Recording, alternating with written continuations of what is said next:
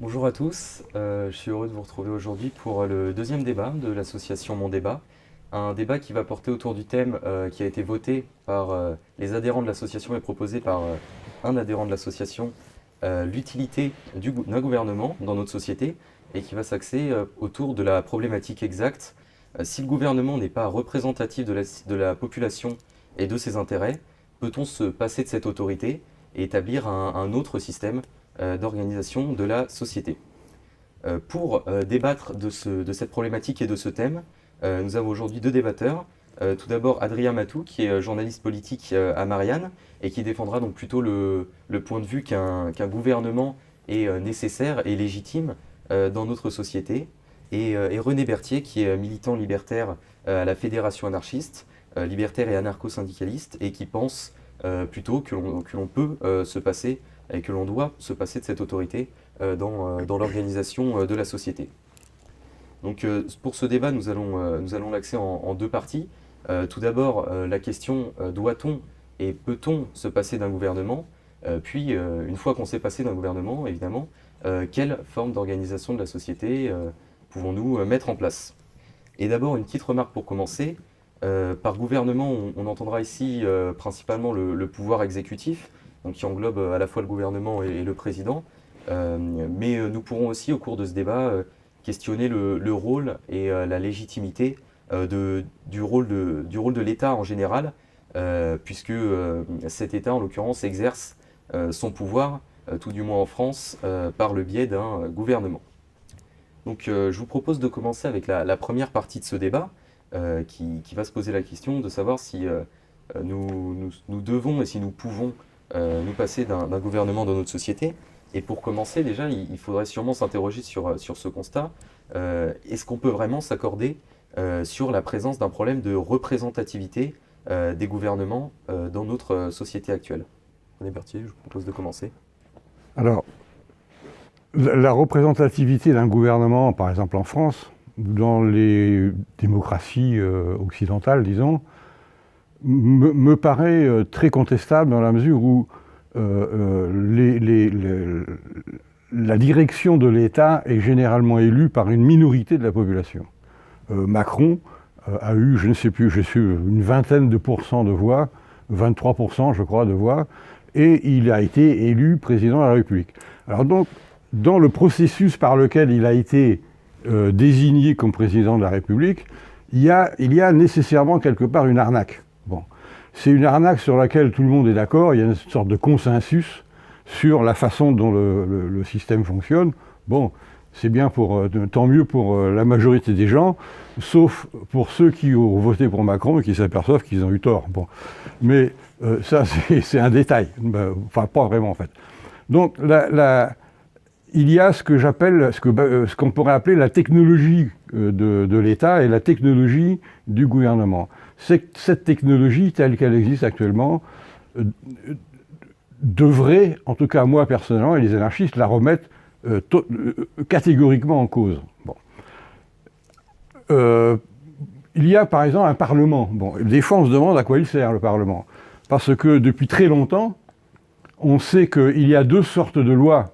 Il y a les propositions de loi qui émanent du Parlement, c'est-à-dire c'est le Parlement qui propose de discuter d'une loi, et il y a les projets de loi qui émanent du gouvernement. Or, les projets de loi représentent une écrasante majorité des lois qui sont discutées et votées au Parlement. Donc la loi est un fait qui émane du gouvernement et pas du Parlement. Si on entend par gouvernement, si l'objet de la discussion d'aujourd'hui c'est est-ce qu'il faut une instance, à savoir, à discuter ensuite comment elle est désignée, qui régule les différentes institutions de la société, aucun libertaire ne dira non. Il faut nécessairement, dans une société industrielle développée comme la nôtre, ou moins développée, enfin dans toute société organisée, il faut nécessairement qu'il y ait quelque chose qui régule ou qui organise. La question est de savoir comment cette structure qui organise et régule est désignée. Or, ça revient à ce que je disais au début, dans le système actuel en France, cette instance désignée l'est de manière extrêmement contestable. Bon, je vais juste terminer sur un dernier point. L'organisme coordinateur des différentes institutions qui font fonctionner une société, bon, nous on ne l'appelle pas l'État, on l'appelle le système fédéral, enfin bon, peu importe le mot, mais la différence essentielle avec ce qu'on connaît aujourd'hui dans les pays industriels développés, sur la planète d'une façon générale, c'est que cet organisme régulateur fonctionne dans le cadre d'une propriété collective des moyens de production, pas dans le cadre d'une propriété privée. Alors, bon, quand je parle de propriété privée des moyens de production, je ne parle pas des gens qui possèdent un appartement, un appartement ou une maison ou un petit atelier. Je parle des grandes structures économiques, des grandes corporations qui sont la propriété d'actionnaires. Je ne parle pas du petit artisan ou du petit paysan on ne va pas l'exproprier, je veux dire, ce n'est pas la question. Ce qui est important, c'est les grands moyens de production dont le fonctionnement est déterminé par une minorité de propriétaires sur lesquels il n'y a aucun contrôle.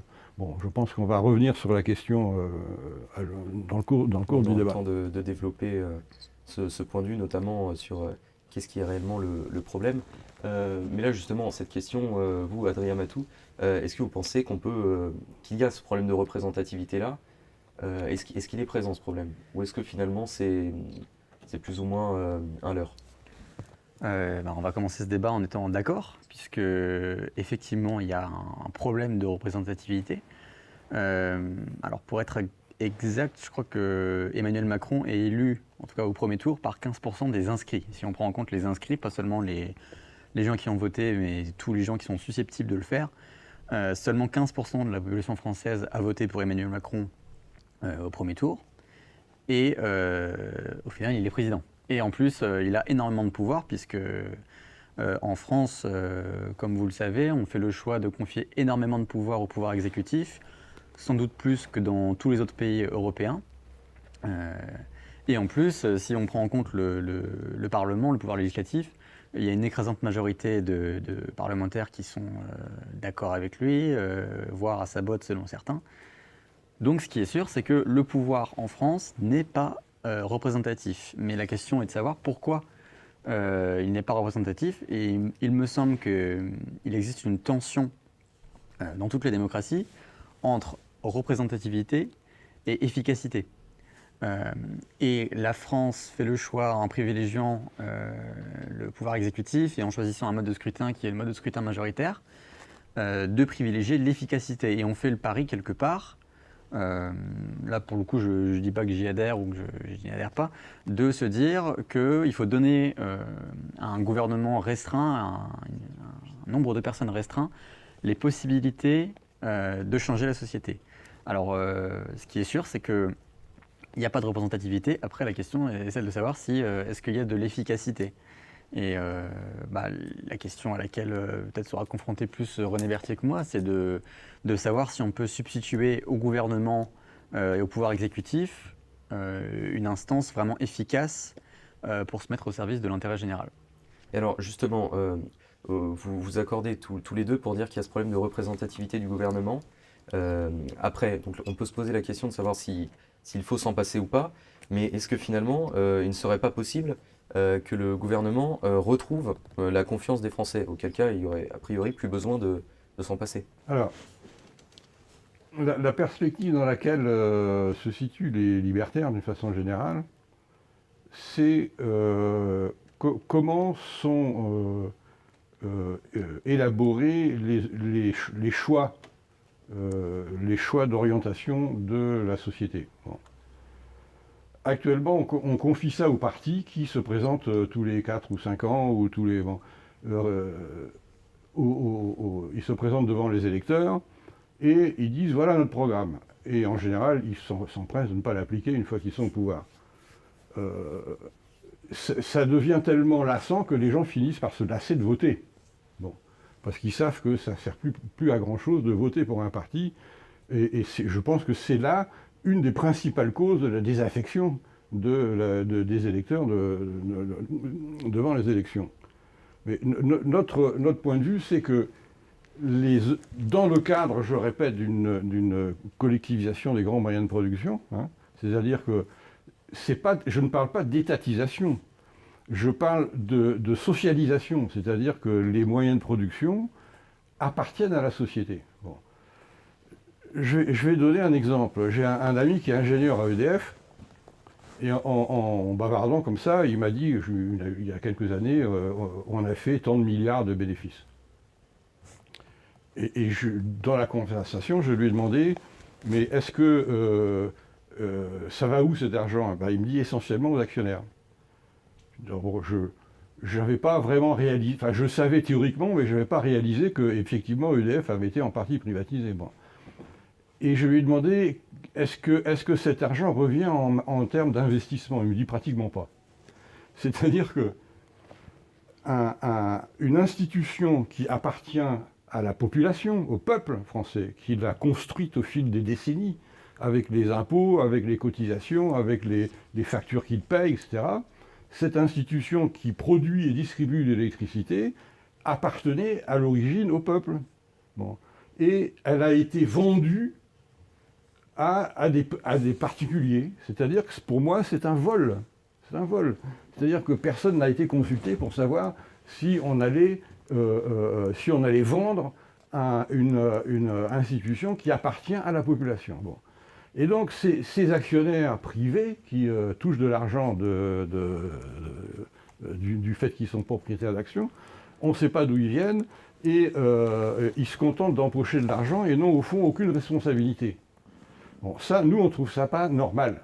On pense que les services publics, alors on est en plein la grève des SNCF, ce que je dis vaut aussi pour la SNCF, hein, et l'ensemble des services publics qui en fait représentent une très très grande part de l'activité économique du pays, hein, entre les hôpitaux, le métro, les chemins de fer, l'électricité, le gaz, tout ça. Bon, ça représente une masse globale dans l'économie qui est très importante, peut-être même majoritaire. Bon.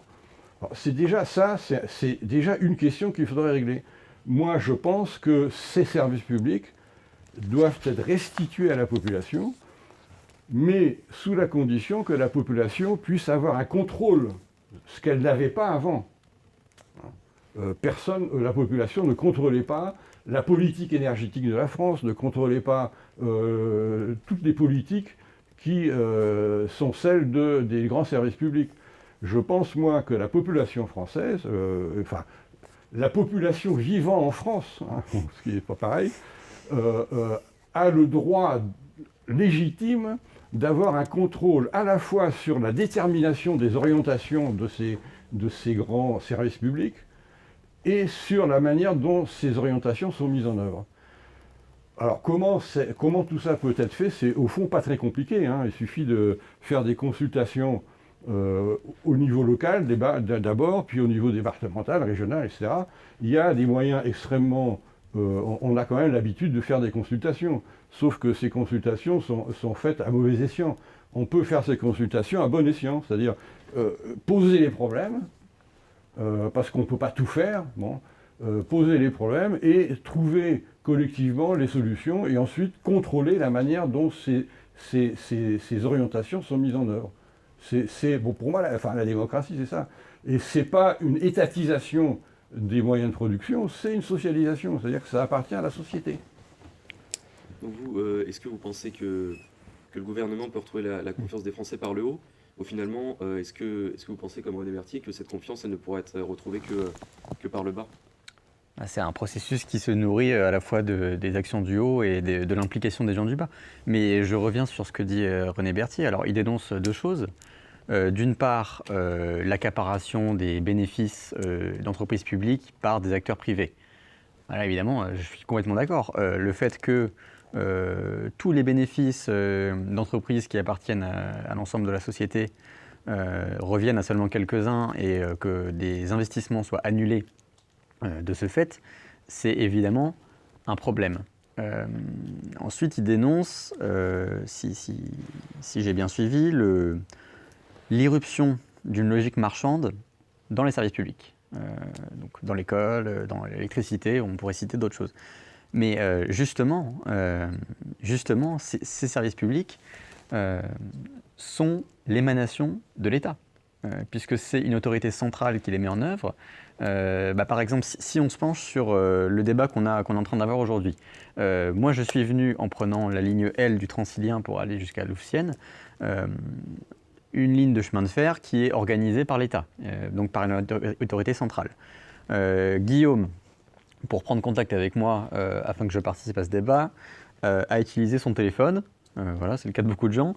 Il a bénéficié de ce fait des infrastructures de France Télécom qui ont été mises en place par une autorité centrale. Et si je vais encore un petit peu plus loin, on utilise tous les trois le français pour discuter entre nous, ce qui n'avait rien de naturel, puisqu'il y a encore un peu plus d'un siècle, il y avait beaucoup de gens qui habitaient sur le territoire français, mais qui utilisaient plus des patois locaux, et que la République française a utilisé une forme de coercition pour obliger tout le monde à parler français.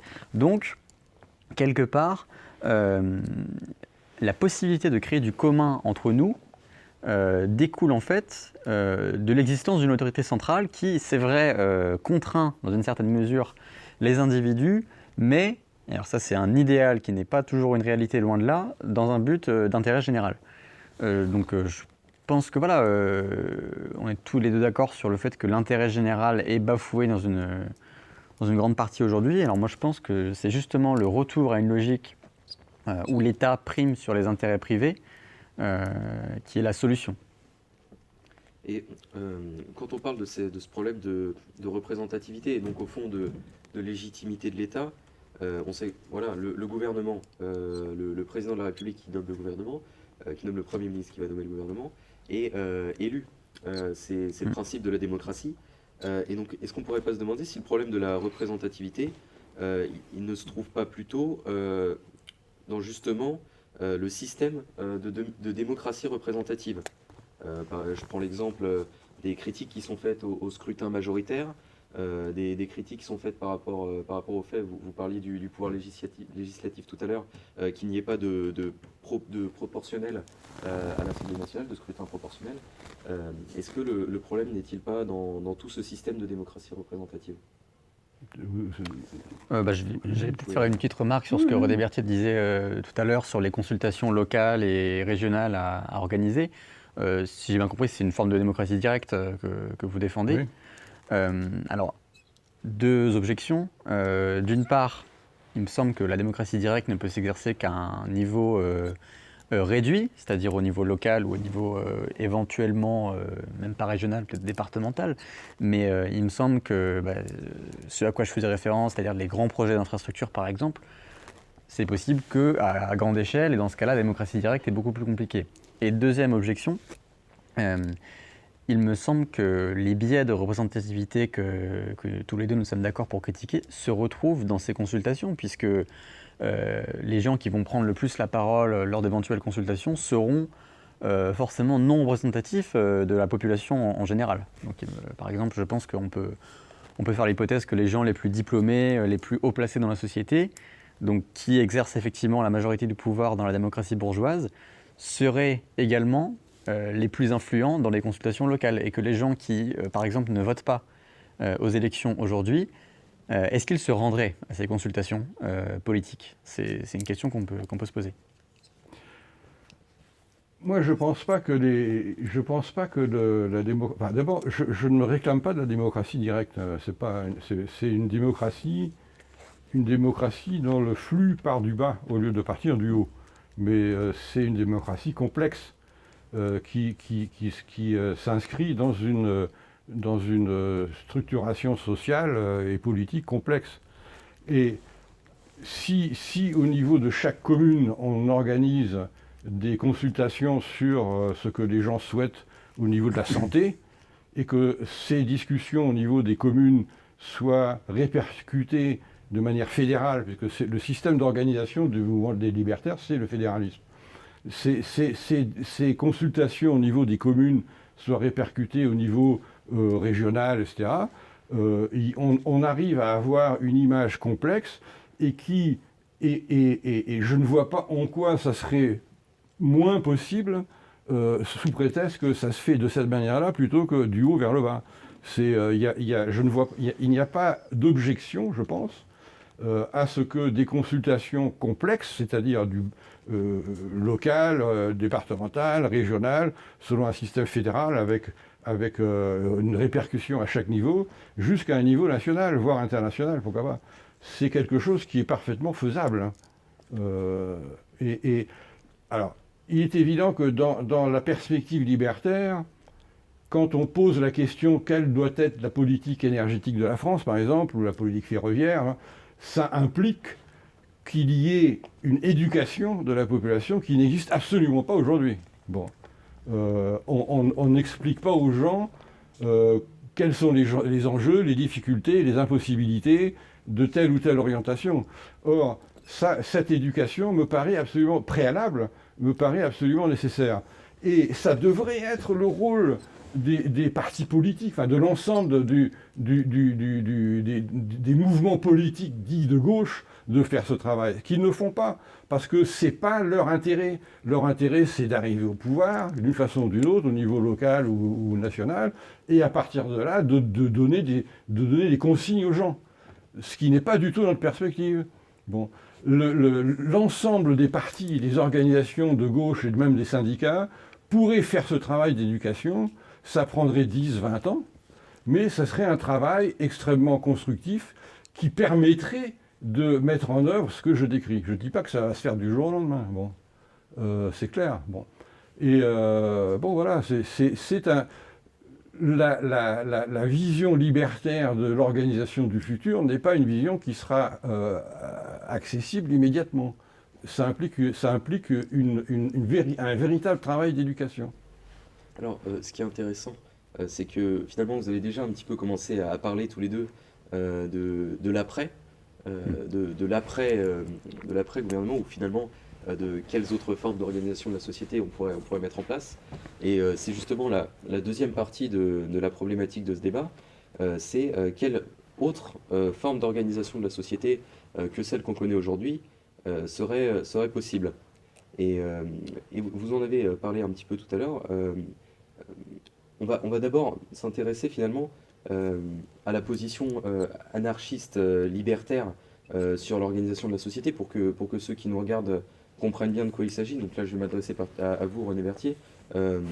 Quelle est exactement la société, l'organisation de la société voulue par les libertaires?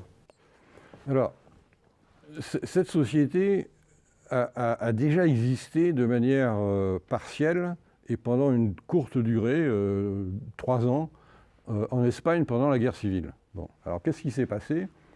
Il y a eu un coup d'État fasciste, et à ce moment-là, il y avait en Espagne une organisation syndicale qui s'appelait la Confédération nationale du travail, qui avait un peu plus d'1 million d'adhérents, et ils ont organisé un contre-coup d'État, c'est-à-dire qu'ils ont fait une insurrection dans toutes les zones où ils étaient majoritaires, et ils ont stoppé net le coup d'État fasciste. Bon.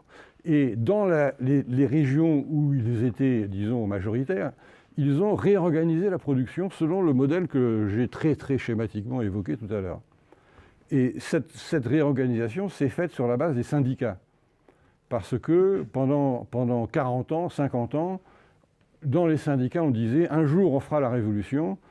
Et nous réorganiserons la production de telle et telle manière. C'est-à-dire que les gens étaient habitués. Il y avait ce travail d'éducation dont je parlais qui avait duré 40 ou 50 ans. Bon. Et donc toute la production, toutes les usines ont été prises en main par les syndicats, qui n'ont rien à voir avec les syndicats qu'on connaît aujourd'hui. Je veux dire, hein, en France, bon, ça s'appelait syndicat, mais c'est le seul point commun, c'est ça, c'est le mot. Et ils ont réorganisé la production sur la base locale. Ils se sont coordonnés sur une base régionale, etc. Moi, j'avais un vieil ami, qui était le secrétaire général de la Fédération des chemins de fer de la province de Valence. Il disait les chemins de fer fonctionnaient et ils arrivaient à l'heure. Bon. Sauf quand ils étaient sabotés par les communistes. Bon. Mais ça fonctionnait. Et l'ensemble de l'économie a fonctionné pendant plusieurs années de cette manière-là. Donc, Alors, ça n'a peut-être pas une valeur normative globale, et puis c'était il y a des dizaines d'années, les choses sont différentes aujourd'hui. Mais ce système de fonctionnement peut constituer une base de réflexion, sachant qu'aujourd'hui les choses sont infiniment plus complexes, pour déterminer les modalités d'organisation d'une société. Alors on aura l'occasion justement de parler de cette organisation de la société, mais là René Berthier parle d'un schéma. Est-ce que selon vous, ce schéma, il est viable? Bon, à court terme, ça me paraît compliqué, hein, parce que Sur ce point-là, je suis d'accord. de tels syndicats n'existent pas en France.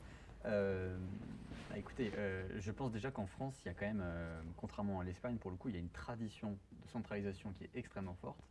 On est un pays très jacobin qui s'est construit sur l'État et autour de l'État. Je pense d'ailleurs qu'il y a un attachement des gens à l'État. Et si on se penche un petit peu si on a un regard un petit peu historique, les grandes avancées pour l'intérêt général sur lesquelles tout le monde peut à peu près se mettre d'accord, comme par exemple l'école, ou même les transports, ou l'aide sociale. Qui a sorti les gens, notamment les ouvriers, de l'extrême pauvreté en France? Eh ben, c'est l'État. L'aide sociale marche grâce à l'État, l'instruction publique, etc. Il y a un sentiment de commun qui est créé par l'État. C'est ce que disait Hegel à propos de l'État. Du fait qu'ils y sont nés, les individus se trouvent envers lui dans un rapport de confiance et d'accoutumance. Alors confiance qui est peut-être beaucoup moins forte aujourd'hui qu'avant, mais en tout cas, on a du mal à imaginer des structures de type syndicat remplacer l'État. Et il me semble que ces syndicats peut-être ont un champ d'action qui est celui de l'entreprise, de l'usine, etc. Mais est-ce que dans toutes les autres missions qu'on assigne à l'État aujourd'hui, est-ce qu'il serait capable d'administrer la société française? C'est une question que je pose à René Berthier, du coup.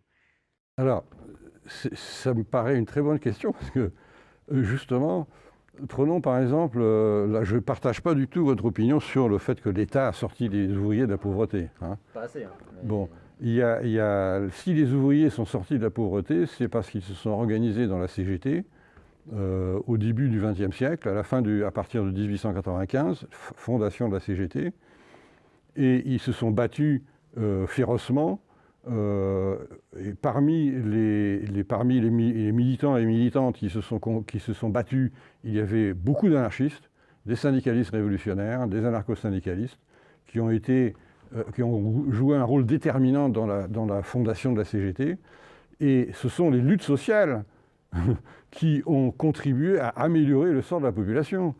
Tous les acquis sociaux... Non, mais je me suis retenu de sauter sur mon fauteuil. Bon. Fort confortable, mais tous les acquis sociaux de la classe ouvrière, c'est-à-dire de la population en général, salariée, sont le résultat de luttes souvent féroces des travailleurs. Donc on ne peut pas dire que c'est l'État. L'État s'approprie l'œuvre constructive de la population. Je pense en particulier à la sécurité sociale.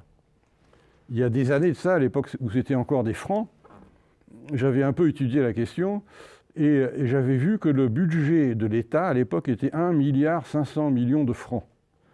Alors bon, il faut convertir. Et le budget de la Sécu, c'était 1,7 milliard. C'est-à-dire que le budget de la protection sociale, d'une façon générale, était supérieur à celui de l'État. Et c'était quoi, cette protection sociale? C'était une instance paritaire dans laquelle se trouvaient des représentants des patrons et des représentants des syndicats. Et tout ça, ça fonctionnait parfaitement bien. Hein. Bon. Et un jour, l'Europe a décidé que les États devaient réduire leur déficit budgétaire. On a intégré, c'est-à-dire c'est un acte de piraterie invraisemblable, on a intégré dans le budget de l'État celui de la sécurité sociale, ce qui permettait de diminuer relativement le déficit de l'État.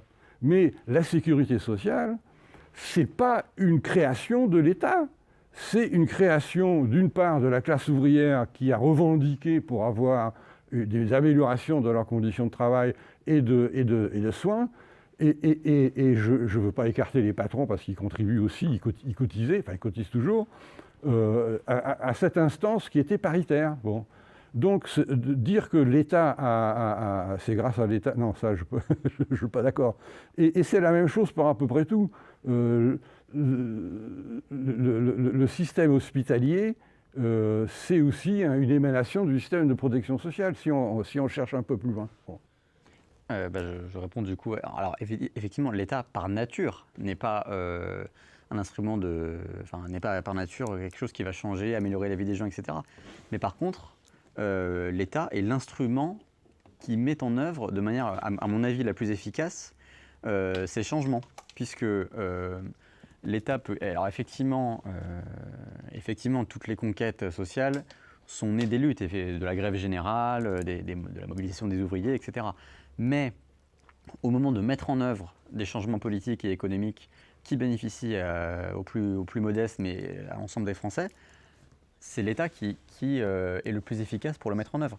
Comment faire société à l'échelle d'une nation, puisque c'est encore celle à laquelle on se situe, sans un État qui effectivement est un instrument qui peut être instrumentalisé d'une manière ou d'une autre. On peut être ultra-libéral et vouloir réduire le périmètre et favoriser des politiques qui vont contre les intérêts des plus pauvres. Ou à l'inverse, on peut utiliser l'État dans un sens d'intérêt général. Ce n'est qu'un instrument, mais il est à mon avis le plus efficace pour changer la vie des gens. Alors, je suis partiellement d'accord avec vous. Si on revient à ce que je disais au début, qu'un gouvernement, ça dépend ce qu'on met dans le concept. Si on entend par là une instance régulatrice qui est désignée d'une façon à définir, mais une instance régulatrice, vous appelez ça État, moi j'appelle ça autrement, mais c'est sûr que quand il y a des choses extrêmement complexes à mettre en œuvre, il faut qu'il y ait une instance régulatrice. Bon, moi j'appelle pas ça un État, parce que pour moi cette instance régulatrice n'est pas désignée de la façon dont l'État est désigné en ce moment. Bon. Et n'est pas désignée, pour moi, dans le cadre d'une propriété privée globale des grands moyens de production. Bon. Mais à ces deux réserves près, je ne suis pas en désaccord. Bon. Il faut effectivement...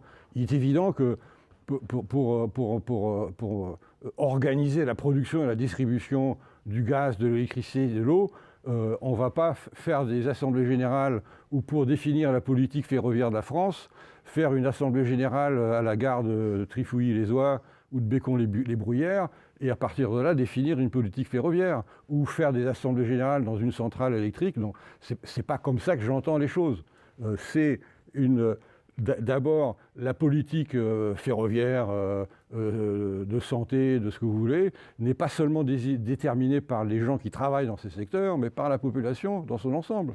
Et la question est simplement de mettre en place les instances qui permettent cette consultation et cette information. Et ça, ça ne doit pas être quand même insurmontable, à mon avis, dans une société où dans un monde où on va sur la Lune. Je pense ça fait longtemps qu'on n'y a plus été, mais ça devrait être faisable. Alors, pour avancer un petit peu dans notre débat, et pour parler un petit peu à la fois d'une question qui peut être un petit peu philosophique et économique, est-ce qu'une société sans État, ce ne serait pas finalement une société soumise aux intérêts privés, aux intérêts par exemple des individus et des entreprises dont on sait qu'ils agissent de façon rationnelle et de façon à maximiser leur intérêt, leur profit personnel.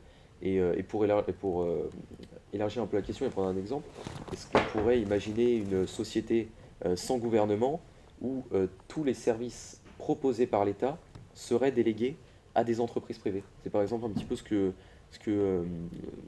pense le courant libertarien. Donc, je ne l'assimile pas au courant libertaire, bien sûr, mais le courant libertarien aux États-Unis. Est-ce que cette forme-là de société sans État serait envisageable et même souhaitable? Vous voulez répondre? Pour moi, non.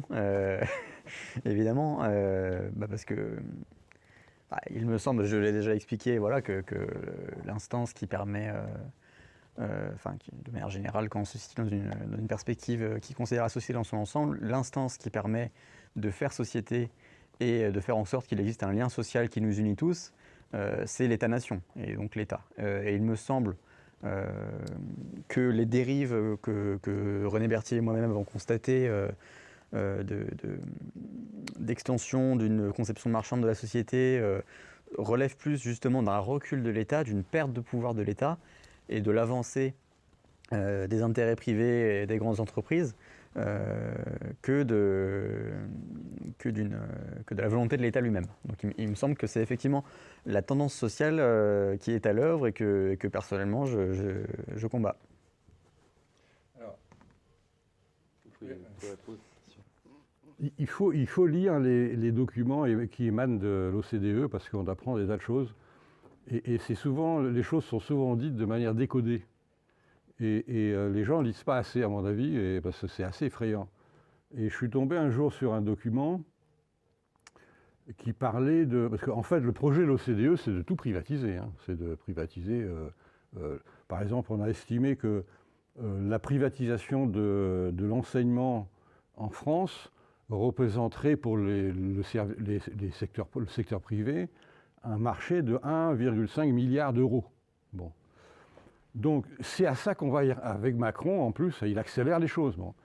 Mais c'est la même chose pour tout, la santé, les transports, etc. Bon, l'énergie, c'est en train de se mettre en place. C'est pas un rêve. Et ce document là que j'avais lu disait, de manière très cynique, il faut réduire la qualité des services proposés dans les écoles, mais pas de manière uniforme partout, de manière à ce que les gens expriment leur insatisfaction devant les services publics. Bon, sur la SNCF, c'est exactement ce qui sur la SNCF, c'est oui, exactement ce qui s'est passé. Mais ce qui est dit sur l'école, c'est la même chose pour la SNCF, pour tout. Donc, il y a est mise en œuvre actuellement, mais depuis longtemps, avec Hollande aussi, c'était la même chose. Hein, ils pratiquaient les directives de l'OCDE, bon, de Bruxelles. Il y a actuellement une stratégie globale de réduction de la qualité des services dans tous les secteurs des services publics, de manière, et alors c'est particulièrement vrai pour les hôpitaux, je l'ai constaté personnellement il n'y a pas très longtemps, de manière à écœurer les gens du service public et à les encourager à aller dans le privé. Et de plus en plus dans les hôpitaux du service public, tu as en face une clinique, et puis de plus en plus on envoie les gens dans la clinique privée. Bon, et c'est ce qui est en train de nous arriver. Je veux dire, et ce que je trouve hallucinant, par exemple, sur le plan tactique, c'est que l'ensemble du mouvement de la gauche, on n'entend pas là-dessus, je veux dire. Il devrait y avoir des militants dans la rue, sur les marchés, partout, toutes les semaines, pour dénoncer ça, de manière à ce que les gens finissent par être éduqués à l'idée que l'État brade des services publics. Mais non, on voit de temps en temps un ténor à la télé, et puis c'est tout. Bon.